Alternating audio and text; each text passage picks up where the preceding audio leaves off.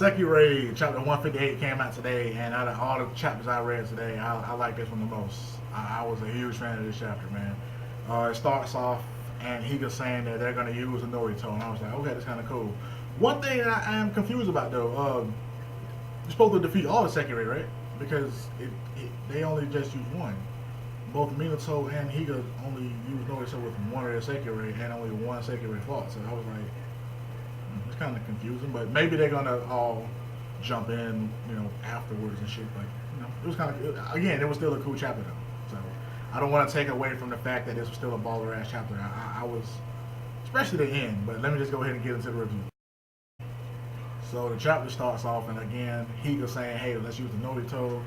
And Ku is flipping the fuck out. She's like, "I want to do it too. I want to do it too. I want to do it too." And then Minato's like, "Maybe next time, Ku.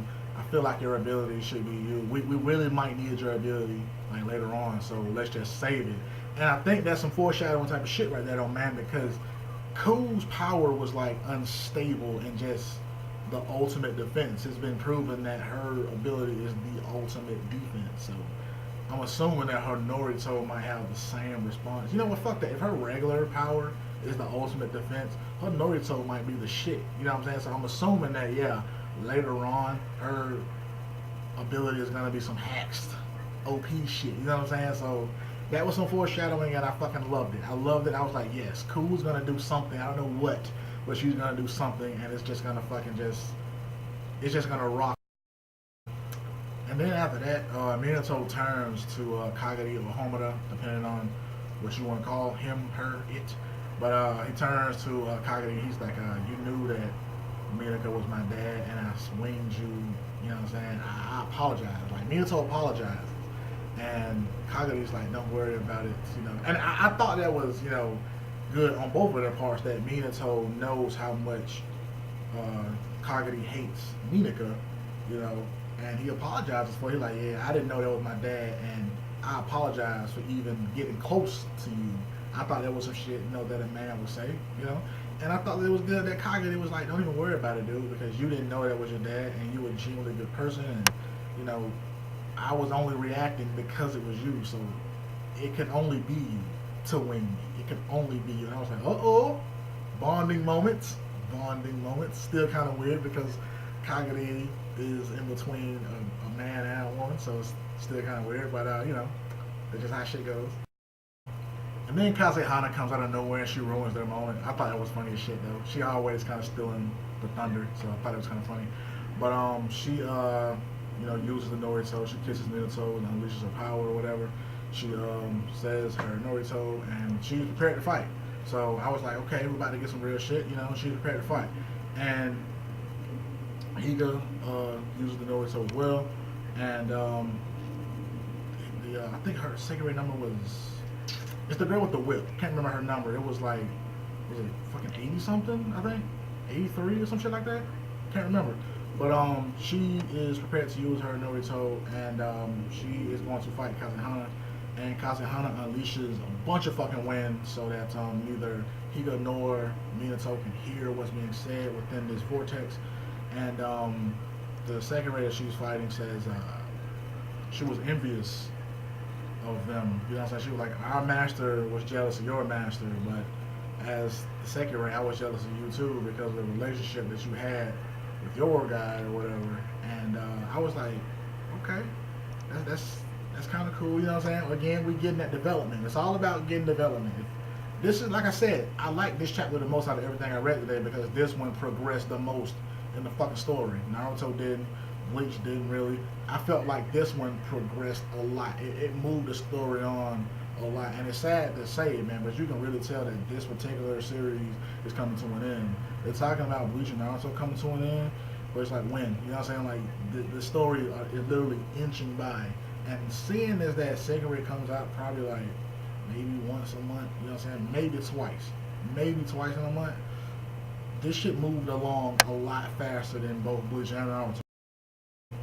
I just looked it up. Her number was fuck. I just had it. God damn it. Her number was 63, I think. 62. Number 62, Kaye. She's number 62. She unleashes her Norito and she's prepared to go into battle with Kazehana. and Kazehana does a move called Kamikaze, which is a bunch of, it's like a vortex. I ain't gonna lie, this shit looked like string, but it was cool as shit, right?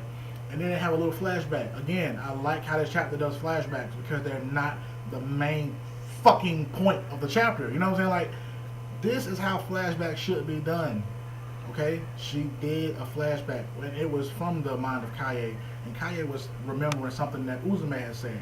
Uzume said the North's strongest Sekirei is probably Kazehana, number 3, because Uzume is like, Kazehana has always kind of beat me in battle, and she hasn't been serious this whole time. You know, she hasn't been serious. But right now, the fight between Kazehana and Kaye, she's serious. So I was like, okay, that's kind of cool. And that was the end of the flashback. That's good. That was the end of it. And that was some good fucking character development. That was some good dialogue between the two. You know, and Kaye is happy because she's like, now I get to fight to my fullest potential, and you're fighting to your fullest potential. We're both fighting for the men that we love. And, you know, it's a good thing, right? And there's a big clash or whatever, and as you look at it, you just kind of like, oh shit. Like, after the clash is over, right? You see Kaye, and her clothes are just intact. And she's kind of standing there looking gangster. And then Kazehane's clothes are kind of like fucking ripped up, and it looked like she's falling over. I was like, oh shit, like, this isn't what I was expecting at all. But then I clicked on the next page, and it was like, Kazehane's clothes were ripped up, but fucking Kaye's clothes were disintegrating as she fell over. I was like, oh shit. You know, and Kazehane's like, yeah, you were strong. I had fun. Thanks for the fight. And I was like, oh, okay, hell yeah, man. Team Minato for the win, right? And Minato was about to run towards Kazehane, and all of a sudden, like, he kind of, like, in the panel, it looked like he vibrated. So I was like, the fuck just happened? And it does seem like he felt something.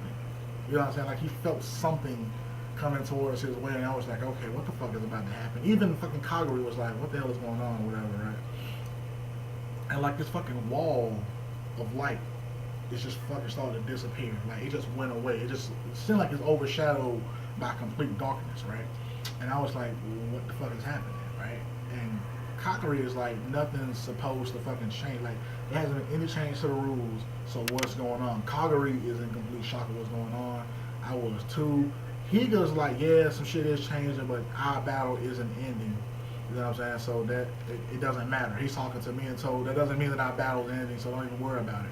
And Minato looks at him just like, okay. Minato looked real serious. I'm like, okay, this shit about to get real. But then a fucking voice rings out in the distance, says, hello there, you're all that remains. And I was like, who the fuck is this? I clicked the next page. It is fucking Natsuo and fucking I almost said Benihana. And it's I'm sorry.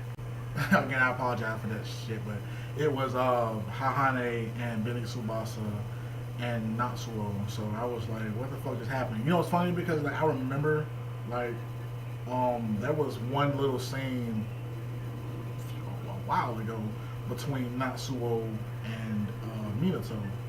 And it seems like Natsuo has a bigger interest in Minato than Higa did. You know, so Higa again was jealous and fuck Higa, but Natsuo seemed like he has a genuine type of malicious interest in Minato. So I was just like, oh shit. Like when I saw him, I was like, oh shit, this might be fucked up. Like this might be seriously fucked up. Like I was kind of worried. You know what I'm saying? Like, that shit kind of made me worried, and that's how the chapter ended. I was like, ah, fuck. You know what I'm saying? So I was like, I don't know about this shit, man.